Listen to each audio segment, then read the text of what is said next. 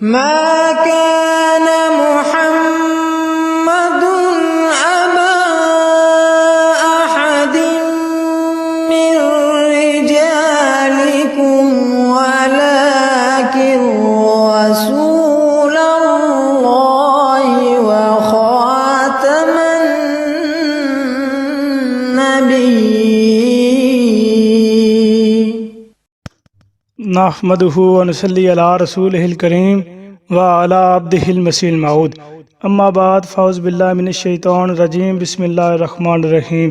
سامعین کرام السلام علیکم ورحمۃ اللہ وبرکاتہ. خاکسار جلیل اللہ آپ کی خدمت میں حاضر ہے. آج طاہر احمد ڈار صاحب جو شیخ پورہ فاروق آباد سے ہیں ان کی حقیقت اور اصلیت لے کے آپ کی خدمت میں حاضر ہوں. یہ جتنے بھی ابھی تک میں نے انٹرویوز کو بے نقاب کیا، جن لوگوں نے کہا کہ ہم تحقیق کر کے ہم دیے ہیں، ان میں سے ابھی یہ پہلا بندہ مجھے ملا ہے جس نے یہ اپنے منہ سے اقرار کیا جی میرا اخراج کیا گیا ہے. یہ اس بندے نے سچ بولا کہ جی میرا اخراج ہوا. باقی تو سارے جن کا اخراج ہوا وہ کہتے ہیں جی ہم خود تحقیق کر کے جماعت ہم نے چھوڑی ہے. تو کس طرح یہ جھوٹ بولتے ہیں اور کس طرح یہ اس طرح کی باتیں بیان کرتے ہیں. اچھا بہرحال تو یہ طاہر احمد ڈار صاحب کی حقیقت اور اصلیت یہ ہے کہ طاہر احمد ڈار صاحب ایک وقت خود یہ بات بیان کرتے ہیں. انہوں نے کسی بندے سے یہ بات بیان کی تھی، ان کو پتہ بھی ہوگا انہوں نے کس سے کی ہے. تو یہ کہتے ہیں جی میں ایک دفعہ خطبہ جمعہ فرائیڈے سرمن لکھا، تو فرائیڈے سرمن جب لکھا تو نیچے عبدالغفار جمبا صاحب کا بھی وہ آ گیا، جناب خطبہ آ گیا. ان کو بھی وہ جو جماعت احمدیہ اصلاح پسند والے جو ہیں ان کو بھی کچھ لوگ سنتے ہیں، کوئی 10-15 لوگ جو ہیں وہ سنتے ہیں. اچھا ان کا خطبہ آ گیا تو عبدالغفار جمبا صاحب کی جب وہ انہوں نے خطبہ سنا تو اس میں انہوں نے مسلم موعود کے حوالے سے کچھ 2-4 باتیں بیان کی اور وہ کچھ الہامات اور کچھ پیشگوئیوں کو ذکر کر رہے تھے مسلم موعود کے بارے میں. تو میں نے ان حوالوں کو نوٹ کیا. ان حوالوں کو نوٹ کرنے کے بعد میں نے اصل کتاب سے چیک کیا تو وہ حوالے جو تھے وہ مینو ان پورے نکل آئے. اور میں نے اس کے متعلق جماعت کے کئی لوگوں سے سوال بھی کیا. اور پھر جو یہ کہتے ہیں کہ مبشر احمد کالونی صاحب کو مرکز سے بلایا گیا، میرے ساتھ مناظرہ رکھا، ڈیبیٹ رکھی اور ان کو میں نے جواب دے دی اور وہ لاجواب ہو گئے. تو یہ انہوں نے بھی اس طرح کی باتیں کی ہیں. تو معاملہ یہی تھا، معاملہ یہ مسلم موعود والا معاملہ ہی تھا کہ جناب ان کے ذہن میں کوئی سوال تھے، انہوں نے وہ پیشگوئی ان کو سمجھ نہیں آئی، ان کے سمجھ سے وہ بالا تر تھی، کیونکہ پیشگوئی ہر بندے کا سمجھنے کا کام نہیں ہوتا، ہر بندے کو سمجھ آتی ہوئی نہیں ہے. جو بندہ اس میں وہ دل جمی سے مطالعہ کرتا ہے، جو بندہ غور کرتا ہے، دقیق نظر سے دیکھتا ہے، وہی اس پیشگوئی تک پہنچتا ہے، اسی کو سمجھ آتی ہے کہ یہ کیا بات ہے. جیسے کہ نبی اکرم صلی اللہ علیہ وسلم نے مسیح موعود کے بارے میں پیشگوئی فرمائی تھی، تو جن لوگوں نے غور سے دیکھا، دقیق نظر سے دیکھا، وہ اس تک پہنچ گئے اور اس مسیح موعود کو پا لیا. اور اسی طرح پھر مسیح موعود علیہ السلام نے مسلم موعود کی پیشگوئی فرمائی تھی. جن لوگوں نے دقیق نظر سے دیکھا وہ آج خلافت کے سائے میں ہیں، جو اس سے نظر ہٹائے بیٹھے ہیں وہ لاہوری جماعت اور دوسرے تیسرے روز سے منتشر ہو چکے ہیں. بہرحال ان لوگوں کے ذہن میں سوال آیا کہ جناب دیکھیں جی یہ مسلم موعود کے بارے میں یہ سوال تھے، یہ ان کے کوئی ابہام تھے، یہ کوئی شک و شبہ تھے. تو انہوں نے وہ سوال کیا تو ان کو جواب مل گیا، لیکن ان کی تسلی بہرحال ان کے بقول نہیں ہوئی کہ جی میری تسلی نہیں ہوئی، مجھے جواب نہیں ملا. جواب ملنے والے کو کب یہ کہہ سکتا ہے کہ جی مجھے جواب مل گیا؟ اگر یہ حقیقت پسند ہوتے، اگر یہ سچے ہوتے تو یہ یہیں پر روک جاتے. یہیں پر روک جانے سے مراد ہوتے اگر یہ تحقیق کی نظر سے سوال کرتے یا یہ سمجھنے کے نیت سے سوال کرتے تو کہتے جی مجھے مسلم موعود کی سمجھ نہیں آئی، تو جب تک مجھے مسلم موعود پیشگوئی کی سمجھ نہیں آتی اس وقت تک میں خلافت کو نہیں مانوں گا، میں خلیفۃ مسیح ثانی کو جو ہے وہ میں خلیفہ نہیں مانوں گا یا مسلم موعود نہیں مانوں گا. جبکہ اس کے برعکس الٹ ہو گیا کہ انہوں نے جناب حضرت مسیح موعود علیہ السلام کی جو ذلی نبوت ہے، امتی نبوت ہے، اس کا بھی انکار کر دیا. اب یعنی ایک بندے کو قرآن کی اگر مثال کے طور پہ ایک آیت سمجھ نہیں آ رہی تو کیا وہ یہ کہے گا جی میں باقی قرآن پاک کی آیات کا بھی انکار کرتا ہوں؟ اب مثال وسیم رضوی کی آپ مثال لے لیں. وسیم رضوی اس سے بہتر تو پھر وسیم رضوی ہوگا جس نے بھارت میں یہ کلیم کہ جی قرآن پاک کی 26 آیات جو ہے معاذ اللہ اس میں تعریف کی ان کو نکالنا چاہیے، جو کہ اس نے یہ بڑی وہ مطلب نازیبہ یہ بات کہی ہے. یہ بالکل قابل معافی بات نہیں ہے، یہ اس نے کفر یہ بات کہی ہے کہ قرآن پاک کی 26 آیات کو نکال دینا چاہیے. تو اس کے بقول بھی 26 آیات کو سمجھ نہیں آئی، 26 آیات اس کو نہیں سمجھ آئی تو اس نے 26 آیات کے بارے میں یہ مطالبہ کر دی کہ اسے نکال دے. باقی قرآن پاک کی آیات کے بارے میں اس نے یہ نہیں کہا. جبکہ طاہر احمد ڈار صاحب کو پیشگوئی مسلم موعود پہ اعتراض تھا، پیشگوئی مسلم موعود کو ان کو سمجھ نہیں ہے، تو انہوں نے پیشگوئی مسلم موعود کو سمیت باقی ساروں کو انکار کر دیا. بھائی میں نہیں ساریوں نہیں مرنیاں. تو گویا پھر ان کی جو تحقیق ہے یہ اپنے آپ کو محقق کہتے ہیں، یہ مجھے تحقیق کا مطالعہ کا بڑا شوق تھا. تو پھر ان کی تحقیق اس ضمن میں آئی ہے کہ ایک بات کی سمجھ نہیں آئی آئی تو ایک بات کو لیتے ہوئے ساری باتوں کے انکار کر دیا. تو یہ کون سی تحقیق ہے؟ آپ لوگوں کو شاید پتہ نہیں ہے, آپ جانتے نہیں ہیں کہ جو شروع میں بھی جو محقق اسلام آئے ہیں وہ حدیث رسول اللہ صلی اللہ علیہ وسلم کو جب قرآن پاک پر پرکھتے تھے تو 30 سال تک اس کا انتظار کرتے تھے. اس 30 سال تک اس حدیث کو دیکھتے تھے کہ یہ قرآن پاک کی کس آیت کے مطابق اتری ہے. تو کئی لوگوں نے 30 سال تک بھی انتظار کیا, اور آپ کو ایک پیشگوئی سمجھ نہیں آئی تو آپ نے اس پیشگوئی کو نہ سمجھی کی وجہ سے اور اپنی وہ چودراہٹ کی وجہ سے یا اپنی عقلی افتراء کی وجہ سے اس کو انکار کرنے کے ساتھ ساتھ مسیح موعود علیہ السلام کا بھی انکار کر دیا. اب میں آپ سے یہ سوال کرتا ہوں, آپ سے میرا یہ سوال ہے کہ آپ کو قرآن پاک کی ایک آیت جو ہے,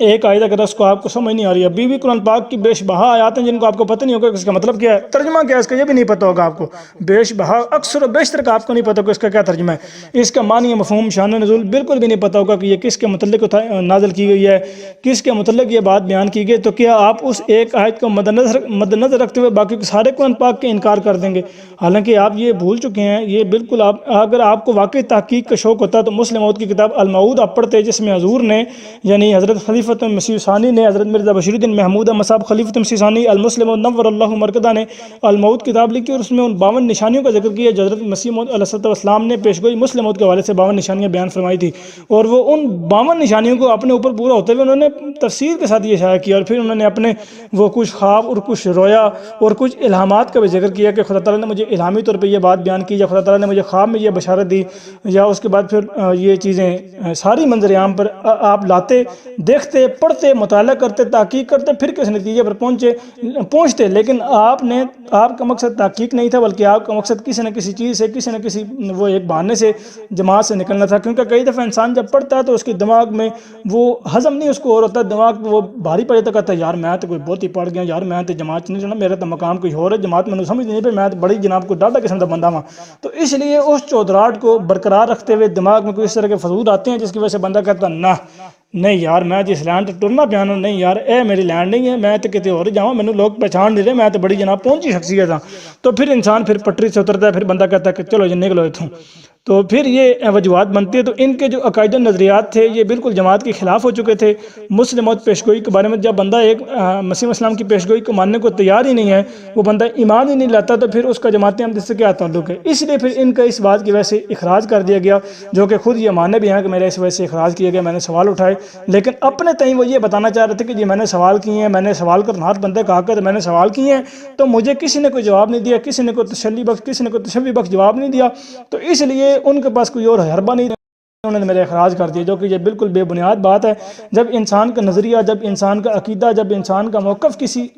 کمیونٹی کے خلاف ہو جائے تو پھر اس کمیونٹی کا حق کر کے اس کو اپنے سے الگ کر دیں. مثال کے طور پہ اب کوئی بندہ یہ کلیم کرتا ہے, کوئی بندہ یہ کہتا ہے جی میں قرآن پاک کی فلاں آیت کو نہیں مانتا, تو کیا پھر مسلمانوں کو یہ حق نہیں ہے کہ مسلمان کہیں گے جس کا اسلام سے کوئی تعلق نہیں ہے, اس کا مسلمانیت سے کوئی تعلق نہیں ہے, نبی صلی اللہ علیہ وسلم کی اس طرح کی تعلیم نہیں ہے, ہم اس کو اپنے سے الگ کرتے ہیں. اگر اس بندے کے کوئی نظریات ہیں تو وہ ہمارے سے ریلیٹڈ نہیں ہے, ہم اس کی کوئی وہ ترجمانی نہیں کر رہے, ہم اس کو کوئی جسٹیفائی نہیں کر رہے, بلکہ اس کے یہ اپنے نظریے ہیں, اس کا اپنا یہ دماغی اختراع ہے, ہم اس کو نہیں سپورٹ کرتے. جیسے کہ وہ وسیم رضوی کے بارے میں اس نے جب یہ کلیم کیا کہ 26 آیات قرآن پاک کے خلاف ہیں, یا وہ تعریف کی گئی ہیں یا قرآن پاک سے نکالنا چاہیے, تو یہ جو بڑے بڑے علامہ ہیں جیسے سید شہنشاہ حسین نقوی, علامہ شہریار رضا عابدی اور اس طرح کی اور بڑے نامور جو علماء یہ ذاکرین ہیں شیعہ, انہوں نے باقاعدہ خود تردید کر دی اور کہا کہ اس بندے کا اس وقت تک کوئی وہ یہ شیعہ کمیونٹی میں نہیں, ہم اس کا اخراج کرتے ہیں, ہم اس کو نکالتے ہیں, اس کا کوئی شیعوں سے تعلق نہیں ہے جب تک کہ یہ خود توبہ نہیں کرتا اور اس بات پہ ایمان نہیں رہتا کہ قرآن پاک کی ایک آیت بھی منسوخ نہیں ہے,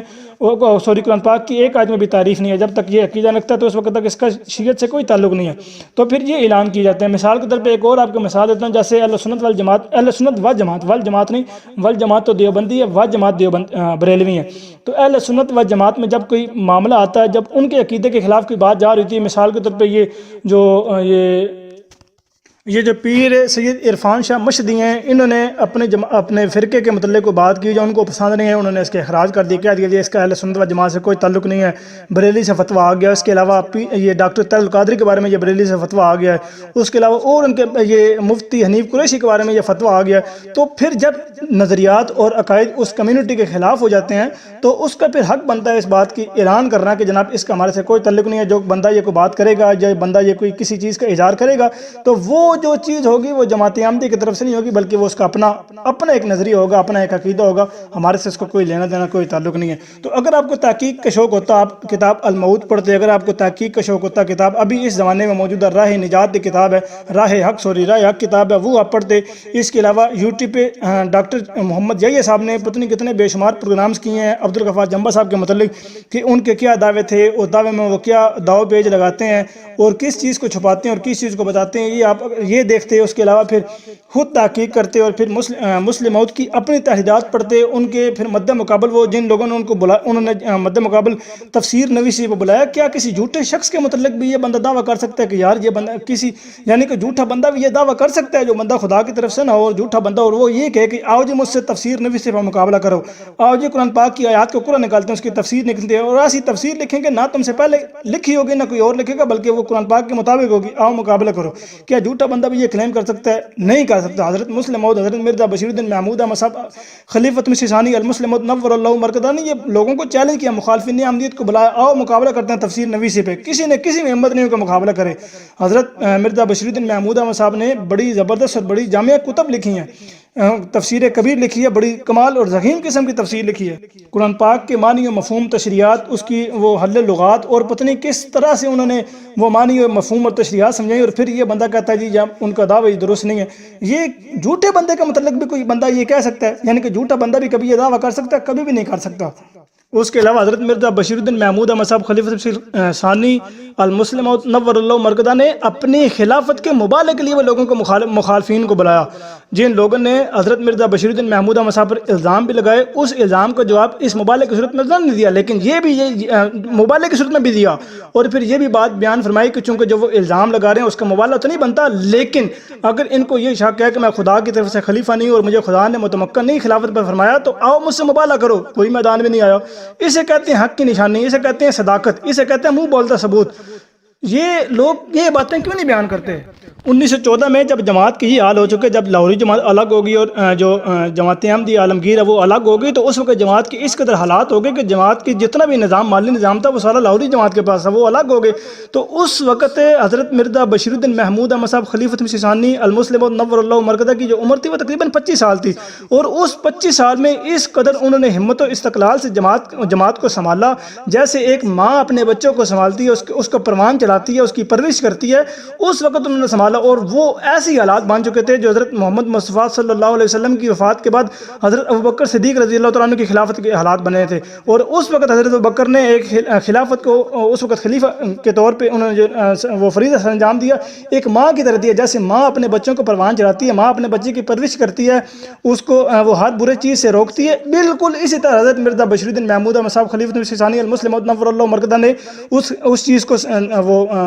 کیچ کیا، ان لوگوں کو پکڑا، ایسے گود میں مطلب بٹھایا جیسے ایک ماں بچے کو بٹھاتی ہے، اور اس کی پرورش کی۔ آپ لوگوں سے اچھے تو پھر وہی لوگ ہوئے، لاہوری جماعت ہوئے، کہ جن کو خلیفۃ مسیح ثانی کی وہ خلافت پر شک تھا یا خلافت پر اعتراض تھا، تو وہ خلافت سے متنفر ہوئے، خلافت کے منکر ہوئے، لیکن حضرت مسیح موعود علیہ السلام کی تحریرات سے یا حضرت مسیح السلام کے دعوی سے تو منکر نہیں ہوئے، سوائے امتی نبوت اور ذلی نبوت کے، باقی وہ سارے دعوی تو ان کو مانتے ہیں، تو پھر آپ سے بہتر تو وہی ہوئے۔ تو اس لیے جب کسی ایک بات کی سمجھ نہیں آتی تو کلیتاً کا انکار نہیں کیا جا سکتا۔ مثال کے طور پہ اللہ تعالیٰ کی کئی باتیں ہیں، اللہ تعالیٰ قرآن پاک میں کئی باتیں بیان فرماتا ہے، جو اگر آپ کو اس کی سمجھ نہیں آئے گی تو کیا اس ایک بات کی وجہ سے اللہ تعالیٰ کی ساری باتوں کا انکار کر دیں گے؟ نہیں کریں گے۔ تو پھر یہاں پہ آپ نے یہ روش اختیار کی ہے۔ میں یہ نہیں کہہ رہا کہ جناب آپ نے کیوں کیا، آپ کو ایسا نہیں کرنا چاہیے تھا، آپ نے وہ یہ ہے آپ کا اپنا فیصلہ تھا، آپ اپنے فیصلے میں آزاد ہیں، لیکن اس کو بیس بنا دینا اور یہ کہہ دینا کہ یہ میری تحقیق ہے، یہ بددیانتی اور یہ درست بات نہیں ہے، یہ غلط بات ہے۔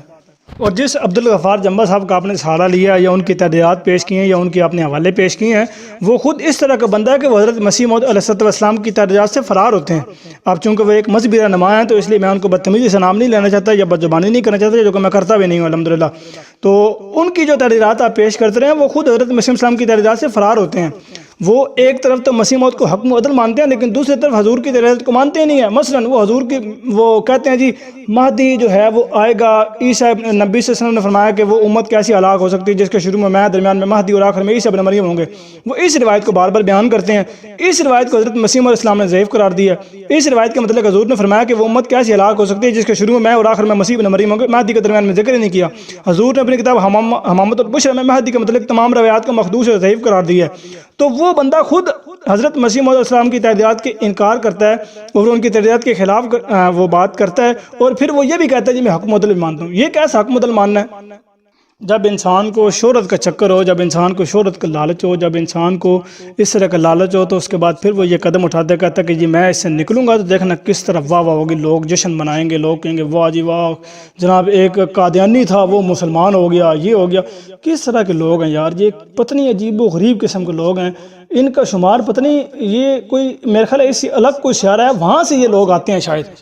بہرحال طاہر احمد ڈار صاحب جیسے یہ لگتا ہے کہ غالباً کو دور اندیش تھے. ان کو لگتا تھا کہ بعد میں جب میرا انٹرویو لوگوں تک پہنچے گا تو میں اگر یہ بات کہہ دوں گا جی میں نے خود جماعت چھوڑی گیا تو پھر بعد میں میری جناب بڑی وہ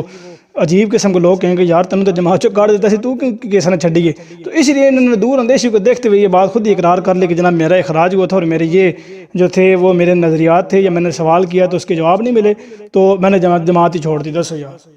اللہ تعالیٰ مخالفین احمدیت کو سمجھنے کی توفیق دے اور اللہ تعالیٰ ہمیشہ ہمیں حق بات کہنے کی توفیق دے. آمین ثم آمین. السلام علیکم ورحمۃ اللہ وبرکاتہ. وما علینا الا البلاغ المبین.